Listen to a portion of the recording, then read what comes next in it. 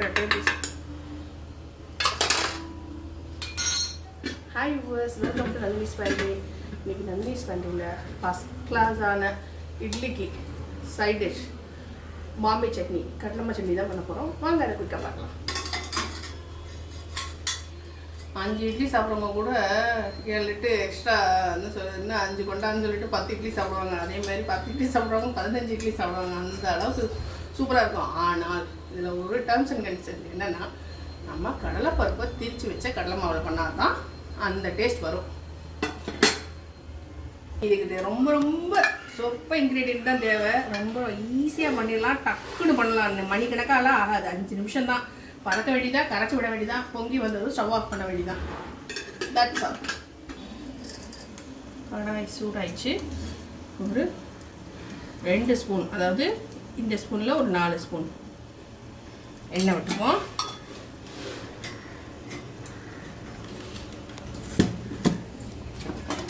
இங்கே எதுவும் 10 ஜமாச்சாரம் இல்லை, அதனால தான் நான் இங்கே வச்சு கேட்டுருக்கேன்.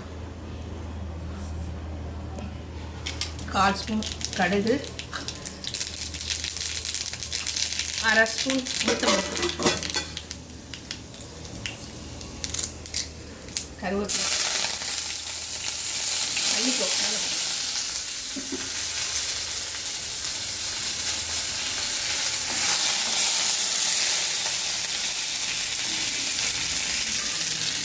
பச்சை மிளகா.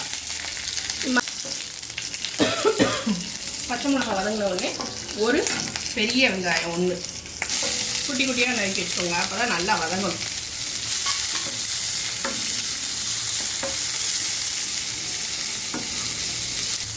நம்ம போடுற இன்க்ரீடியண்ட்டு இதிலே வதங்கிடணும். கடலை மாவு இது நல்லா ஒரு கொதி பொங்கி வரும். அப்போ நம்ம ஸ்டவ் ஆஃப் பண்ணிடணும். பச்சை வடைலாம் வராது.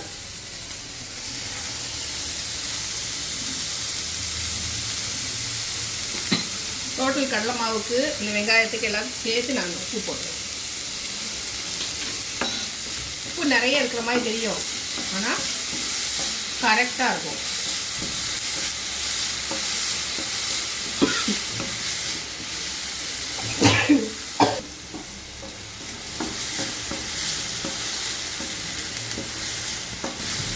இது நல்லா வதங்கி வரணும்.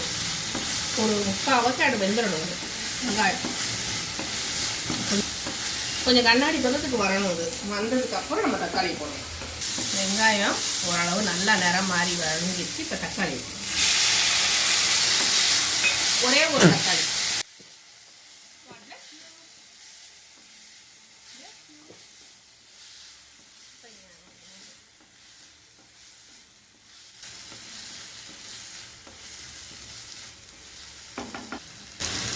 இதுலேயே நம்ம மாட்டிலே எடுத்து வச்ச சாம்பார் பொடி. நான் பச்சை மிளகா போட்டுக்கோ, அதனால ஒரே ஒரு ஸ்பூன்.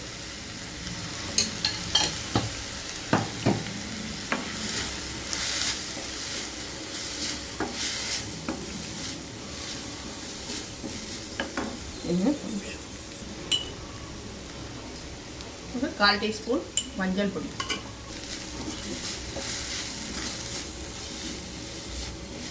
இது கொஞ்சம் இது வதங்கிறதுக்காக கொஞ்சம் ஒரு கொதிச்சு வரட்டும். ஒரு 2 நிமிஷம் கொதிச்சு வரட்டும்.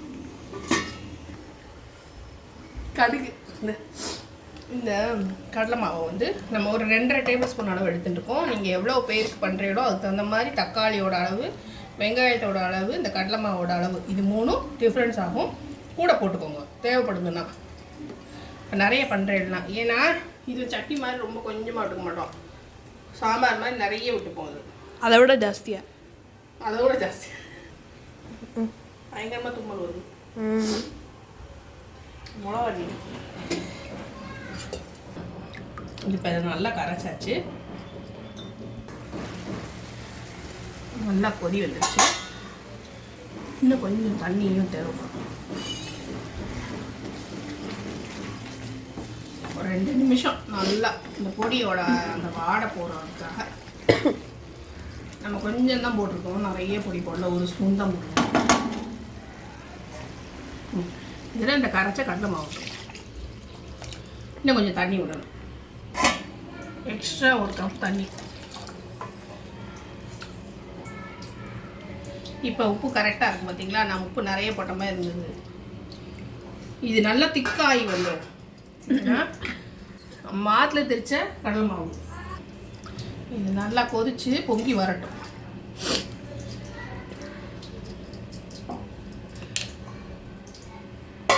மூடி போடுவோம். பெருசாக வச்சோம்னா ஒரு 2 நிமிஷத்தில் கொதி வந்துடும். ஆனால் கொஞ்சம் நமக்கு ஒரு மாதிரி கடலை மாவோட அது திகட்டாயிடக்கூடாதுல, அதனால சிம்மில் வச்சுருக்கேன் நான். ஒரு 5 நிமிஷத்தில் பொங்கி கொதி வந்துடும். அப்புறம் நம்ம ஸ்டவ் ஆஃப் பண்ணிடலாம். இது வந்து குயிக்காக ரெடி ஆகிடும். ரொம்ப நேரம் ஆகணும்னு அவசியம் இல்லை. நல்லா எல்லாருக்கும் சட்னி அரைக்கணும், தக்காளி விலை ஜாஸ்தியாக இருக்குது, அந்த மாதிரி நேரத்துலலாம் இந்த மாதிரி சட்னி சூப்பராக ஒரு தக்காளியில் அருமையாக இருக்கும். டேஸ்ட்டு அட்டகாசமாக இருக்கும். பண்ணுற விதத்தில் பண்ணணும். சாம்பார் பொடி தெரிஞ்சு வச்சுக்கணும். அதில் வந்து சாம்பார் பொடி போட்டால் தான் அந்த டேஸ்ட்டு வரும். ஒரு நிமிஷம் வந்து மூடி போட்டோம்ல, அதுக்கப்புறம் என்ன பண்ணணும், அது வந்து கடலை மாவுன்றனால கட்டி தட்டி போயிடும். அதனால் அப்பப்போ கலக்கி விட்டுறணும். அதுவே நல்லா கொதிக்க ஆரம்பிச்சிடும். அடுப்பை பெருசாக வச்சுட்டு பக்கத்துலேயே நின்றுக்குவேன். நான் மூடி போடலான்னு நினச்சேன், ஆனால் மூடி போடக்கூடாது. நான் அடிக்கடி பண்ணியிருக்கேன், திறந்து வச்சே தான் பண்ணியிருக்கேன் நான். சரி, இது கொஞ்சம் பொங்கி வரட்டுன்றதுக்காக, வலிஞ்சிடக்கூடாதுன்றதுக்காக நான் மூடி போட்டேன். ஆனால் கடலை மாவு சீக்கிரம் கட்டி தட்டி போயிடும். இது வந்து அவ்வளோ இப்படி தண்ணியாக இருக்குல்ல, இந்த மாதிரி இருக்காது. கொஞ்ச நேரம் கழிச்சு பாருங்க.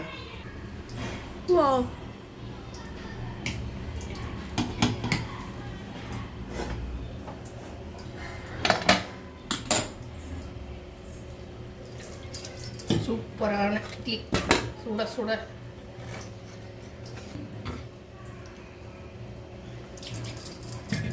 நான் வெந்தயம் போட்டு தான் அரைப்பேன், அதனால கொஞ்சம் ஒட்ட தான் செய்யும். ஆனால் சூப்பர் சாஃப்ட் இட்லி.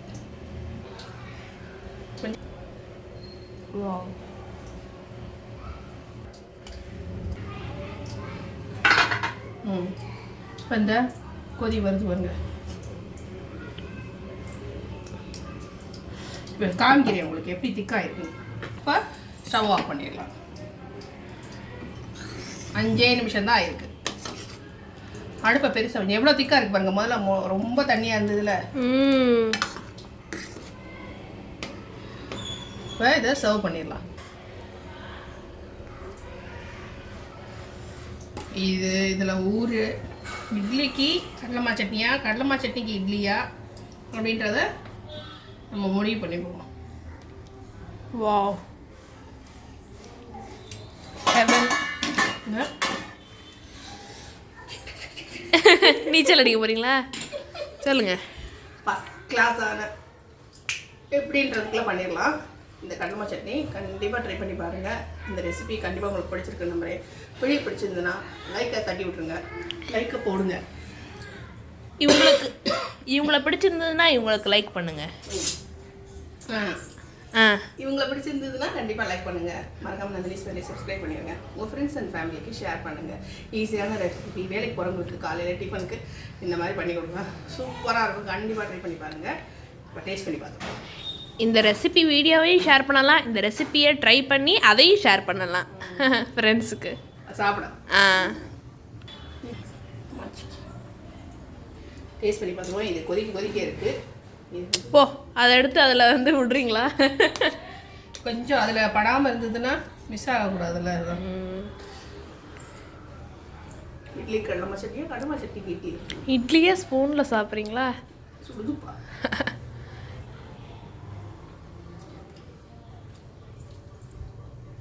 கண்டிப்பாக ட்ரை பண்ணி பாருங்க. பாய்.